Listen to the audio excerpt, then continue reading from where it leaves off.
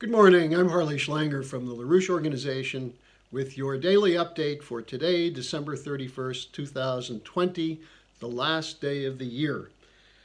Yesterday I spoke about the differences between the British system and the American system, and I'm going to pick up on that again today because there was an interesting interview done with Prince Charles of the Windsor family, who praised the global bankers' dictatorship in really kooky terms. And it's just worth knowing that Prince Charles is one of the leading advocates of radical population reduction on the planet. And he's been participating actively in the recent series of meetings of the Davos crowd, pushing for the Great Reset. Now, the main difference we identified yesterday between the British system and the American system is the American system has a general welfare clause in the preamble of the Constitution, that government is established to protect and promote the general welfare. In the British system, that is the United Kingdom, there's no general welfare clause. In fact, the purpose of government is to protect the most powerful and wealthy, the private interests. And this is done on behalf of the monarchy, which runs the intelligence services. The intelligence services are not responsible to the Parliament, but to the Queen, and also the City of London. Now, Charles is a longtime advocate of Malthusian lies, namely that population is increasing too rapidly for the food supply to manage it, that the scarce resources of the world are being depleted in an ever more rapid fashion, meaning we're going to run out of resources. It's a classic example of the argument of Thomas Hobbes that the world is a place in which there's a battle of each against all, a Darwinian struggle for survival. And therefore, the most powerful have to protect themselves with whatever means are necessary, including culling the herd from time to time, getting rid of the excess population, the useless eaters, which is one of the reasons that the British royal family was pro-Hitler, pro-eugenics, and has always been. Now it's much more covered by use of the fake science of man-made climate change. But the argument is the same. We have to stop using the resources, we have to cut back, and there are too many people. Now, that's what the fake science of carbon reduction is all about. And this is absolutely parallel, being imposed in parallel with the Great Reset. It's the same thing, the Green Agenda and the Great Reset. Now, in the BBC interview, Prince Charles praised the complete change of approach of corporations and investors to embrace the Green Agenda. Then he went on into a typical loony fashion to say, Mother Nature is our sustainer. We must rediscover a sense of the sacred. And to do that, he said, we must pay attention to the wisdom of indigenous communities. Now, this is really rich. A monarch or a would-be monarch praising the wisdom of indigenous communities, which throughout history have been pillaged and murdered by imperial forces. The areas that are inhabited by indigenous peoples are areas where development was not allowed to occur by the colonial oppressors initially, and later by the neo-colonial forces of the bankers, who used the threat of military intervention if necessary, but used the control of credit policy and trade policy to keep indigenous peoples poor and dependent on outside forces for survival. And that's why there's starvation and disease in these areas in Africa right now.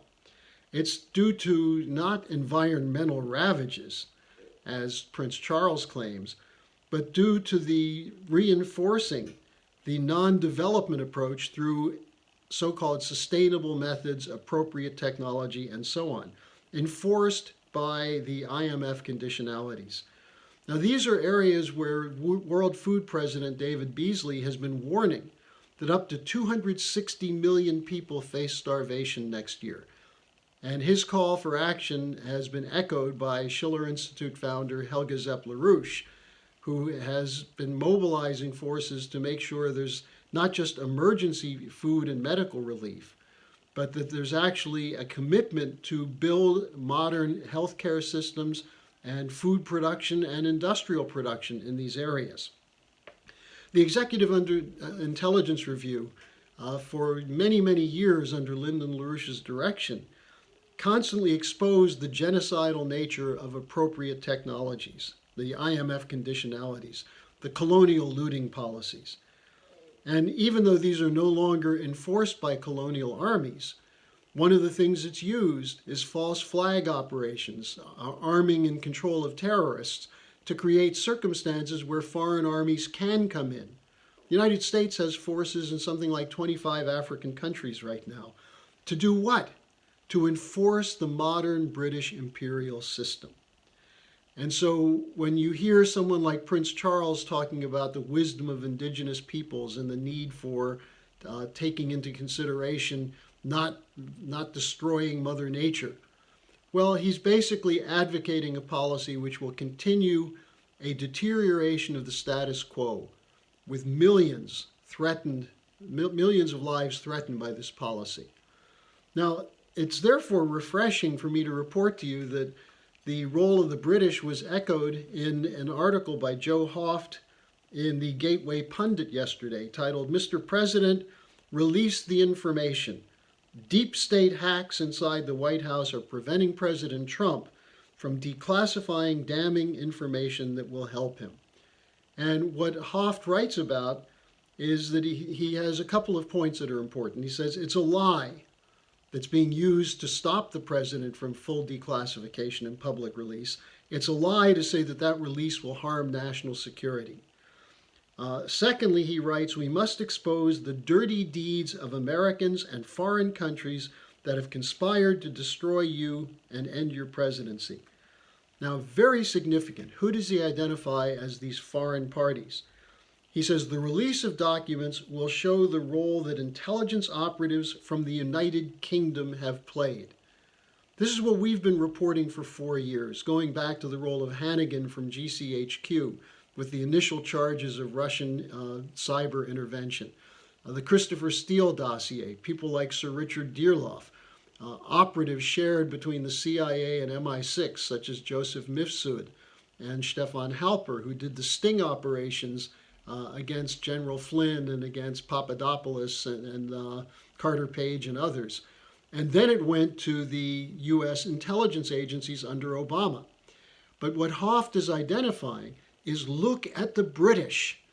They have the capability through cyber warfare to run these operations against the United States. And the attempt to blame it on China is a disinformation campaign to divert people away from the actual parties that were out to destroy President Trump. Why? Because President Trump is not committed to sustaining this British imperial system. That's why he wants to break from the policies of Bush and Obama, and instead cooperate with Russia and China. But that was targeted from the beginning. On behalf of what? On behalf of a move to the Great Reset, an establishment of a global bankers' dictatorship under the control of central banks who continue the looting process on behalf of their largest customers in finance, real estate, and banking. So this is the fight that we're involved in. And Hoft ends his article by saying, this release is not just to save you and your presidency, but to save and preserve the republic. So, Mr. President, if you're listening, release the documents, make them public, give people the ammunition needed to stand up to the lying media, which says that there was Russian hacking, that you were colluding, that you were involved in blackmailing the president of Ukraine, all of which was said with no evidence, and that today is once again lying, that there's no evidence of vote fraud in the 2020 election. Now, I would urge you to take some time to watch my dialogue with Helga Zepp-LaRouche from yesterday on the LaRouche Organization website under the title, "Don't Play in a Rigged Game: Why President Trump Should Now Accept Putin's Summit Offer." We have the opportunity to make 2021 the year in which the power of the British Empire and its extended forces on Wall Street, Silicon Valley, the Davos Billionaire Club, the European Union, that power can be broken. But to do it, you have to know who's your enemy. And I would urge you to stay tuned to the LaRouche Organization website, where we will be presenting this material every single day. I'll be back. I'm not going to have an update tomorrow. I wish you a happy new year, and I'll be back with you next Monday.